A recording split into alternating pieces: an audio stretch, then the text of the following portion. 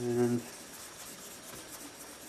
the initial sanding with the 800 paper takes a little bit longer, of course. It's a dry sand, but I like the dry sand up to that grit because I can see exactly what's going on. In the early part of doing that, I tried wet sanding right up on front with, even with like the lower grits, but I can't really see it. It's too much trouble for me to wet sand on the early grit because I can't see what's going on. It all looks beautiful when you got it wet, even when you're just starting out sanding. And it's very misleading, and I have to wait for it to dry before I can see. Even though that's on not like a lot of time, this dry sanding up to 800 works for me. And that's where I can see what's going on. And once I know it's level, then I really only know that I'm dealing with scratches at these papers, so I can kind of feel that.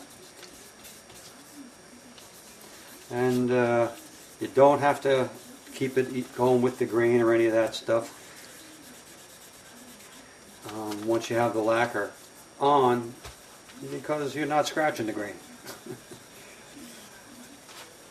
You know, there's always been a lot of push to make sure you follow the grain, but there's really no need for that once you put the lacquer on because there's no grain to scratch. And hopefully we'll be getting it polished where it won't matter either way. This is feeling really good. I'm just lightly touching the edges here, which the buffing wheel would really take care of, but since I'm there.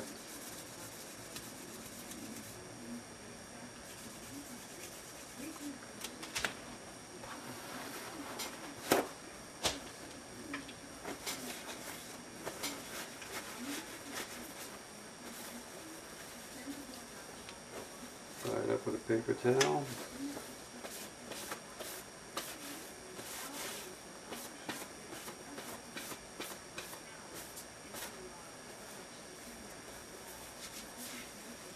Okay.